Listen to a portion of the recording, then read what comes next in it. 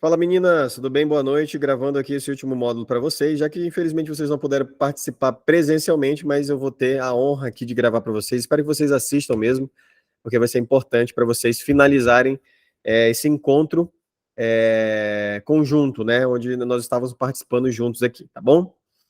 Vamos lá, hoje a aula vai focar em como diluir os riscos na bolsa, tá? Então, o primeiro ponto é você seguir algumas regrinhas, pessoal. Conhecer as empresas que você vai investir, tá? Nunca investir cegamente numa empresa por dica, né? Ou por algum fator que alguém falou para você. Vá lá e pesquise sobre essa empresa, investigue sobre ela, tá bom? Então, pontos que vocês precisam ficar atentas: investir em empresas sólidas, tá? Investir em empresas saudáveis financeiramente, boa rentabilidade, né? Aquela questão que eu falei para vocês, o ROI, né? Margem líquida, se essa empresa não está muito alavancada, entendeu? Então, tudo isso você tem que ficar de olho, tá? Empresas com baixo endividamento, empresas inseridas em setores perenes, tá? E boas pagadoras de dividendos. É claro que em algum momento você não vai conseguir correlacionar tudo isso. Às vezes uma vai ficar deixando alguma coisa a desejar, um pontozinho ali, a outra pode deixar um outro pontozinho a desejar, mas o importante é que num contexto geral de um checklist, você consiga sempre pontuar o máximo possível para escolher aquela determinada empresa, tá bom? E quais são os setores considerados perenes, né? O elétrico, financeiro, telefonia, saneamento. Por que são perenes? Porque independentemente de qualquer crise, esses setores são setores que são muito pouco afetados, tá? São os setores anticrise. Então, por isso que aqui você vai se tornar um investidor antifrágil, né? Que é um investidor que não vai sofrer nos momentos de crise também, porque você vai estar investindo em empresas que eu estou falando aqui para vocês, empresas perenes, tá bom? Por que isso? Né? Por que isso dilui os riscos, né, pessoal? Geralmente, pessoal, quando você investe em empresas desse perfil, por serem negócios sólidos, empresas que já são maduras, resilientes, que normalmente essas empresas elas são líderes de mercado e com vantagens competitivas muito grandes, o investidor consegue reduzir drasticamente a volatilidade da sua carteira e o próprio risco de deterioração desses números, né, de suas empresas. Então, é importante que você siga esses passos. Normalmente, as empresas que mais oferecem risco são as empresas que estão inseridas em setores muito cíclicos e também que apresentam balanços deteriorados, né? A gente vê aí alguns exemplos: mineração, siderurgia, por exemplo, são setores cíclicos e empresas também que têm um histórico um pouco consistente, né?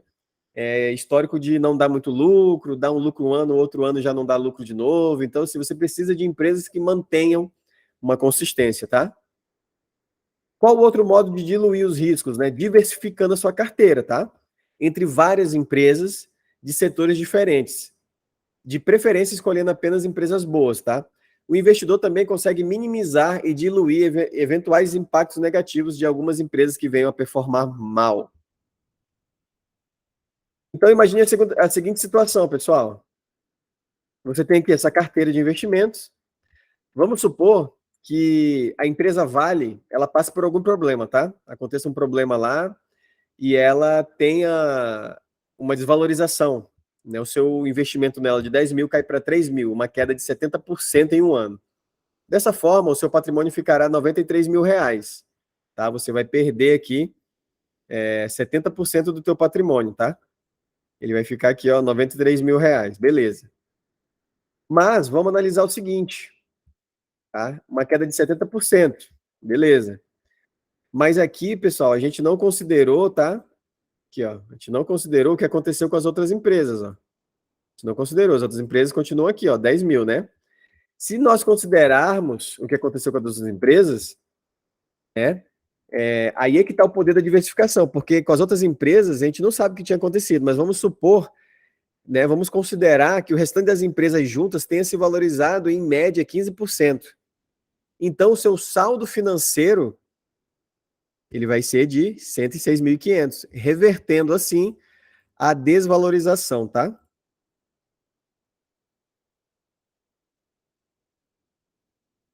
Revertendo a desvalorização. Na empresa A, a empresa A continua lá com os 3 mil, só que as outras empresas tiveram uma boa performance. Então, ele reverteu aquela queda de 70% para uma valorização de 6,5%. Então, a diversificação, ela realmente salva aí o teu patrimônio, tá? A gente vê aqui, ó, as outras empresas todas valorizaram, essa daqui não valorizou tão bem, mas só que as outras empresas conseguiram aí reverter essa queda, né?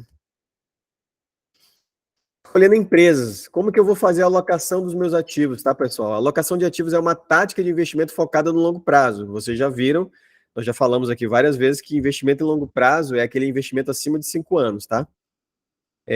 Ela é baseada na diversificação, visando diminuir os riscos e ampliando, assim, os lucros do investidor. Ativo é um termo usado no mercado financeiro para falar sobre bens, né? Valores, títulos que compõem o patrimônio de uma pessoa. Então vamos aqui para os 10 passos que eu considero importantes para você ter uma carteira bem diversificada e uma carteira bem antifrágil, tá? Escolher no mínimo de 10 a 15 empresas é o primeiro ponto. Segundo ponto, 30% da carteira tem que ser composta de empresas do setor elétrico e financeiro. 10% em fundos imobiliários, tá? Caso você opte por ter fundos imobiliários, tenha-os sempre diversificados com o mínimo de 3 a 5, devendo optar sempre pelo máximo. Passo 5, nunca ter mais que 5 a 10% em small caps, que são aquelas empresas que eu falei para vocês, são empresas de crescimento, né? Empresas que têm o poder aí de valorizar em 300, 400, 500, 600 vezes o seu investimento. 6, 10% dividir entre diversos setores que você gosta, né? Você pode dividir aí em outros setores que a gente não falou aqui, tá? Pode ser saúde, pode ser de alimentos, então fica a teu critério, a tua análise.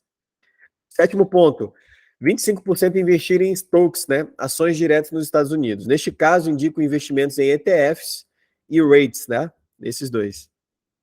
5% em cripto. É legal você estar com um pezinho em cripto também, você está exposto a esse mercado, porque é aquele valor que você vai investir que não vai tirar teu sono, mas caso você consiga uma valorização, ela vem uma valorização bem alta, né, com gosto de gás realmente. Então, pode ser interessante sim você ter 5% em cripto, tá? 9, 10% em caixa para reserva de oportunidade. Já ouviu aquela frase? Ganha dinheiro quem tem dinheiro. Então, você tendo reserva de oportunidade nos momentos aí que a bolsa esteja de promoção, você pode fazer boas compras e boas alocações, tá? E lembre-se, melhor hora para comprar boas ações é sempre que você tiver dinheiro. Ninguém sabe quando os preços vão subir ou descer. Não compramos por preço, mas por valor e rentabilidade, tá bom? Como distribuir o percentual na carteira, né? Você vai distribuir aqui, na verdade, pessoal, você vai fazer uma alocação pela quantidade de dinheiro, tá? Aqui, ó. Pela quantidade de dinheiro. Vai deixar aproximada a quantidade de dinheiro em cada ação, em cada empresa. Porque você não vai conseguir fazer isso em quantidade de ações, porque você não consegue, por exemplo, deixar todas com as mesmas quantidades, né? Com as mesmas quantidades, porque os valores das ações são diferentes, ó. Então, quando você compra com 10 mil, você compra 400 ações dessa empresa aqui. Mas com os mesmos 10 mil, dessa outra aqui que vale 10, você compra 1.000 ações. Então, a diversificação ela tem que ser, essa alocação, né? Ela tem que ser aí pelo valor em dinheiro e não pela quantidade de ações, tá? Então, essa aqui é uma distribuição sugerida, tá? Eu vou mandar essa aula em PDF para vocês também, tá? Ficaria mais ou menos assim a distribuição, mas a gente vai conversar também depois lá na nossa mentoria particular, tá? Atividade, abrir a conta em uma corretora de valores, né? Se vocês ainda não abriram, façam isso. Enviar para a corretora o valor que foi ajustado na mentoria particular. Nessa altura do campeonato, nós já tivemos a mentoria particular e cada uma de vocês já sabe o valor que você vai investir, já coloca esse dinheiro na corretora, porque na próxima vez que a gente se encontrar, vai ser para fazer o ponto 3, comprar as primeiras ações, conforme uma carteira sugerida que eu estou montando para vocês aqui, tá? Então é isso, pessoal. Eu espero que vocês tenham realmente gostado da mentoria. Fico muito feliz de ter vocês aqui como minhas mentoradas, né? Vocês estão... Agradeço pela confiança também que vocês depositaram aí no meu trabalho. Espero que vocês sejam muito felizes nos investimentos de vocês, que vocês alcancem seus objetivos e não parem, tá? Não parem de investir, continuem, montem a estratégia e vão mês a mês com consistência. Porque se vocês conseguirem passar pelo primeiro ano, pelo segundo ano, depois vocês vão ver que tudo vai fluir mais calmamente, tudo vai fluir de forma natural, tá bom? E contem sempre comigo, vocês sabem onde me encontrar, no meu WhatsApp, no grupo, no Instagram, no YouTube, onde vocês quiserem, eu estou à disposição, me mandem mensagem, mandem um sinal de fumaça, que eu vou estar sempre por aqui disponível para ajudar vocês, tá bom? Então, fiquem com Deus, muito obrigado e até o próximo encontro. Tchau, tchau.